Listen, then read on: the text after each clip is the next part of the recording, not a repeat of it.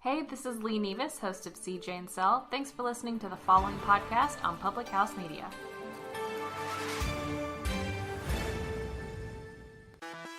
This is Jessica Hammer, co-host of Crowned and Dangerous here on Public House Media. Thanks for listening to the following broadcast on Public House Media. Once you are done with this episode, I hope you'll come check out my show, Crowned and Dangerous, where Maddie and I talk about all things pageant related, especially our experiences in the Miss America organization. A new show comes out bi-weekly, every other Thursday. Don't forget to subscribe on iTunes so you never miss an episode of Crowned and Dangerous. Thanks again for checking out the following broadcast on Public House Media. Today's verse of the day comes from Mark 16, verse 15.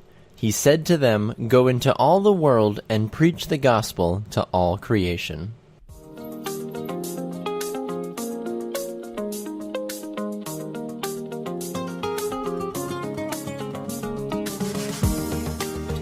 Good morning. Welcome to Verse of the Day, presented by Public House Media. I'm your host, Baxter Colburn. I'm thrilled that you're here for another episode of Verse of the Day. We can be found on Apple Podcasts, Spotify, wherever you get your shows.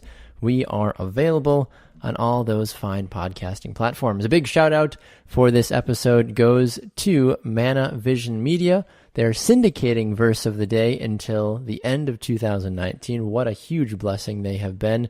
They're taking our show international to their radio station, Mana FM, in Budapest, Hungary.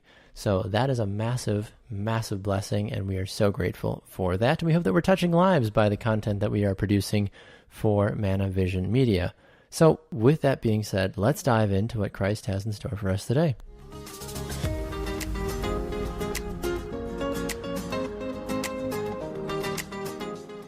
This verse today specifically comes to us from Jesus as he is doing the Great Commission. And for those that are not as familiar with what the Great Commission is, this is when Jesus is really starting to kind of put the bow on his time on the earth, because as we know, a couple chapters later, at least here in Mark, is when he will ultimately end up being crucified and everything else that we know that goes along with him dying and then rising again. But the Great Commission is when he is Jesus himself here speaking to his disciples, and this is his charge to them.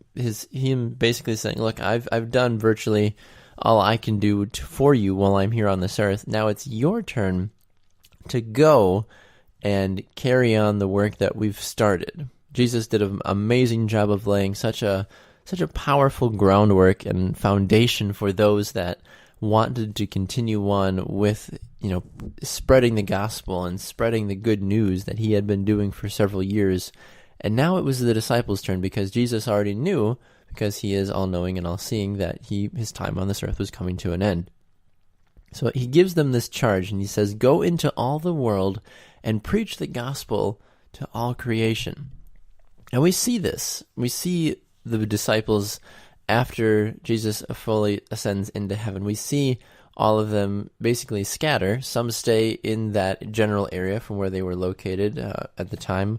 But then we see a lot of different guys go all over the place. We see Thomas go to India. We see different ones head to northern Africa as we know it nowadays. Obviously, it was differently known back in those times. But the gospel spreads and spreads and spreads. How else do you think we know about it here in the United States or wherever you might be listening? Is because those original disciples took time to go into all of the world as Jesus commanded them and commissioned them to do.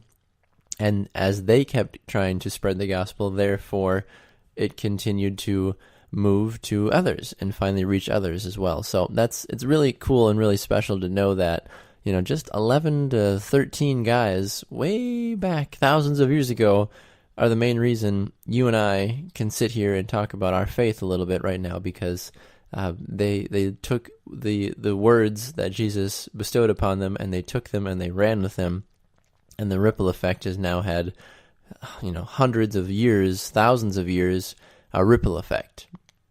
And that's pretty special, in my opinion. I think that's very special to know that, and you obviously want to say thank you to those disciples that went through pain and torture and just ridicule and were just really beat down, but they never stopped. They never turned their back on God, And amazingly, and this is a fact that always blows my mind, I believe it's, and I always forget the official number, but I think all but one, or maybe all, 11, all 11 disciples, aside from Judas, obviously, who initially, was a part of the 12, all 11, I believe, were all killed because of their faith, because of who they were. And we even see Paul, obviously, who wasn't an official disciple, go and get killed as well too. But it's amazing. All of these men died for their faith, spreading the good news to all ends of the earth for the sake of Jesus. Now, obviously, it's a little bit of a big thing for me to just come at you right away and say, well, are you willing to die for your faith? But in a sense, where are you with your faith journey? Are you in a place that you feel confident enough in that you could strike up a conversation with somebody at the grocery store, or at your church, or on the soccer field as you're watching your kids run around, or wherever, at school, in the classroom, in the dorm, whoever you might be, wherever you might be going in your life? How much do you feel like you know about your faith and about Christianity? And would you feel comfortable if somebody asked you some questions about it? It's always hard. It's always a hard question to answer, because some people say, yeah, I know anything. And some people are like, well, if you only ask me, about Jesus' time on this earth, and you ask me how to be a good person, I can answer those questions. But if you want to get all deep and doctoral and all this other stuff, that's totally above me.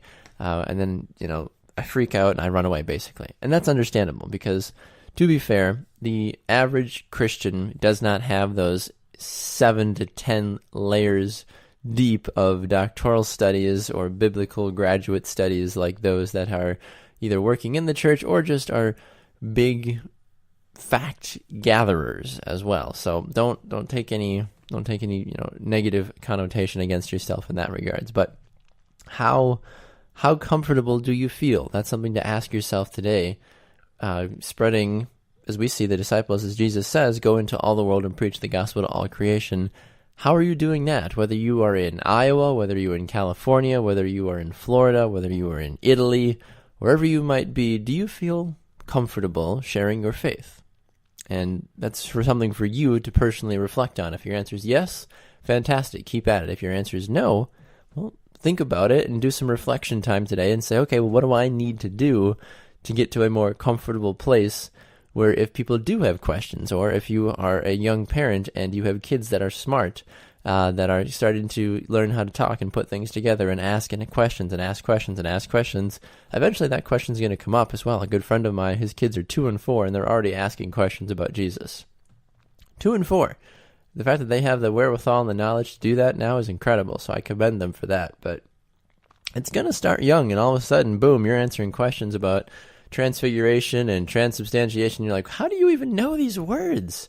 But figuring out that general baseline is important for us. So keep that in mind today with all that you do. But really take a little reflection time, whether on your drive to work, as you're getting ready this morning, in the shower, whatever it might be, and think about that question that I asked. If you were asked about your faith, do you feel like you are at a place that you are comfortable enough to answer general questions, and that you would be able to potentially point a non-believer to where they would need to be to get the information that they would need to learn more, to potentially help, bring them into the faith?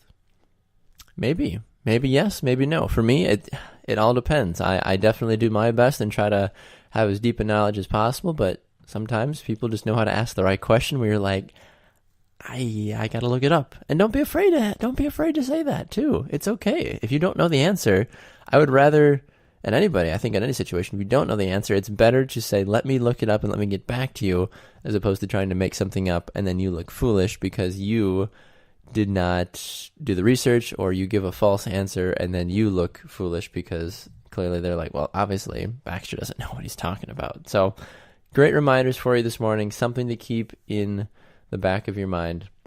I pray that no matter where you are in your faith journey, that as you continue to keep growing, you feel that confidence that you be able to speak and to be able to minister to those, because as we see, not only to the Great Commission, to the disciples, but I think it's very important for us as 21st century people nowadays that it is still important for us that the gospel keeps needing to spread, because there are still so many thousands of people that have never heard the words of Jesus Christ and his amazing salvation and grace. Thousands, maybe even hundreds of thousands, depending on the locations in all the world. Get involved with your church, go out into your community, and really continue to help spreading the gospel. You never know how changing one life can make such a huge difference.